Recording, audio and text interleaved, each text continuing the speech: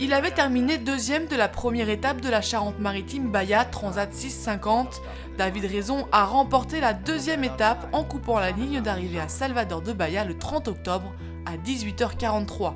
Il s'adjuge donc par le même temps la victoire au général de cette mini-transat avec son proto Teamwork Evolution, un bateau original qu'il a lui-même construit et dessiné. Oui, mais je le dis depuis le début, mais on veut pas me croire, on veut jamais me croire. Moi, ça fait 1 an et demi que je dis que ça marche, mon truc. Là, vous me croyez maintenant? Ça va pas forcément marcher sur tous les bateaux. Faut voir en fonction du programme, des conditions de mer et tout. Le bateau est très rapide dans pratiquement toutes les conditions.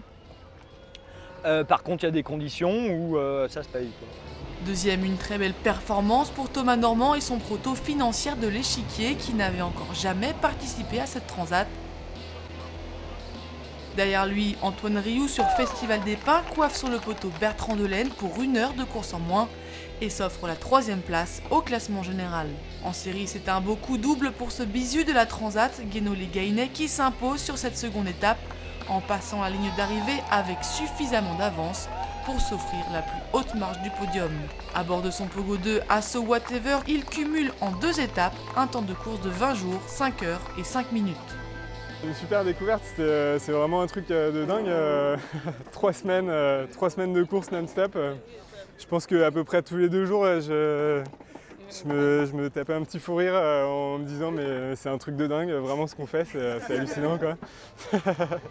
Pierre Brasseur est arrivé 2e sur cette seconde étape, il accède à la 2e place au général.